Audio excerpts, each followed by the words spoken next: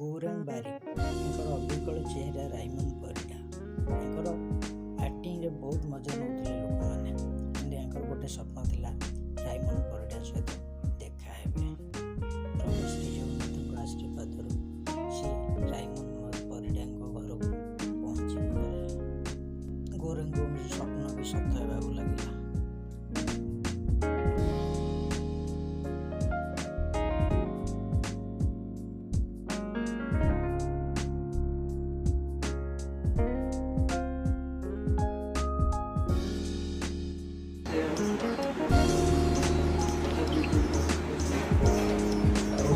ଯିଏ ପଚାରିଲେ ତାକୁ ଉତ୍ତର ଦେବୁ ମୁଁ ଜହ୍ନମାମୁଁ ସିନା ହେଇପାରିବି ନାହିଁ, କିନ୍ତୁ ପାଣିରେ ପଡ଼ିଥିବା ଜହ୍ନମାମୁଁର ଛାଇ କରିପାରିବି।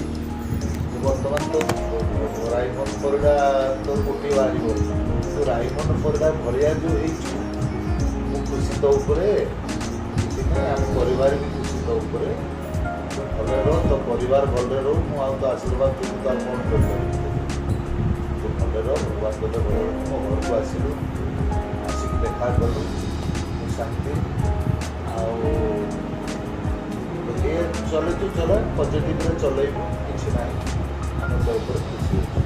ଓଡ଼ିଶାରେ କେଉଁ କଳାକାର ଥାଉନଥାଉ ମୋର ମାନସ ପୁତ୍ର ଜନ୍ମ ହେଇଛ, ସେ ଭିତରୁ ଗୋଟିଏ ଚଲେଇଛୁ। ପାନ କେମିତି ମାଗୁଛ, ଦୋକାନରେ ପାନଟା କେମିତି ମାଗୁଛ।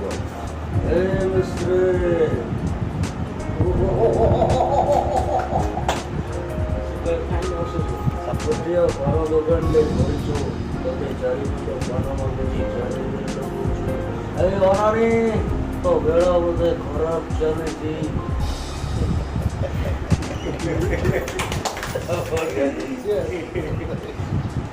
ଘରେ ସ୍ତ୍ରୀ କି କ'ଣ କହୁ?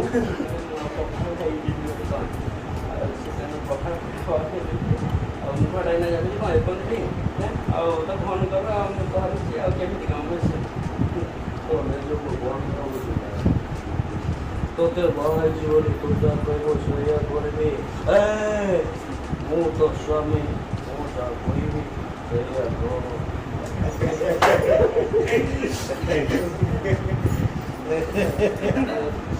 ଭଲରେ ରହ, ତୋ ସ୍ତ୍ରୀ ହେଲା ବୋହୂ ଆମର, ଆଉ ନାତି ନାତୁଣୀ ତ ଛୁଆ ଆମର, ଆଉ କ'ଣ ଅଛି।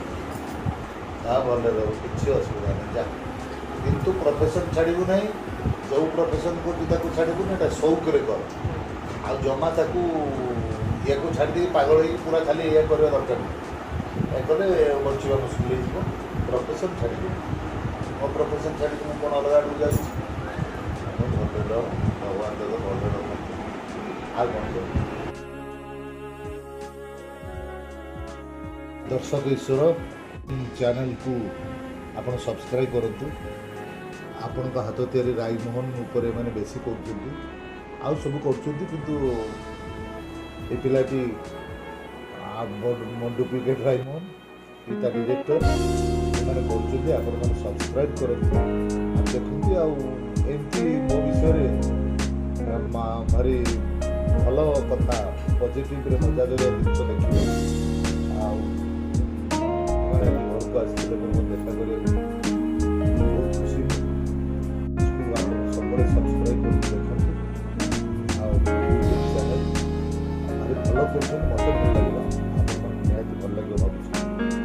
ସେମାନେ ଟିକେ ପିଲା ନା ଗୌରାଙ୍ଗ, ଇଏ ନାଁଟିକୁ କେହି ଜାଣୁନାହାନ୍ତି, ମୁଁ କିନ୍ତୁ କହୁଛି ଗୌରାଙ୍ଗ। ଇଏ ରାଇମୋହନର ଦ୍ୱିତୀୟ ଅବତାର ହେଇକି ବାହାରୁଛି, ଭଲ ଲାଗୁଛି ମୋତେ।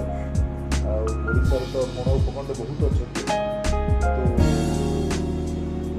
କିନ୍ତୁ ମାନସ ପୁତ୍ର ହେଉଛନ୍ତି। ମୋତେ ଖୁସି ଲାଗେ ଯେ ଓଡ଼ିଶାର ପ୍ରତି 5 କିଲୋମିଟର 10 କିଲୋମିଟର ଗୋଟେ ଗୋଟେ ରାଇମନ ଅଛନ୍ତି, କିନ୍ତୁ ସମସ୍ତଙ୍କ ନମ୍ବର ତ ସମାନ ରହେନି। ୟା ନମ୍ବର ରହୁ, ଆଉ ଇଏ ଭଲରେ ରହୁ, ୟା ପରିବାର ଭଲରେ ରହନ୍ତୁ, ସମସ୍ତେ ଚ୍ୟାନେଲର ସମସ୍ତେ ଭଲ ରହନ୍ତୁ। ମୋର ଏତିକି କାମନା। ଆପଣମାନେ ସବସ୍କ୍ରାଇବ୍ କରିବେ।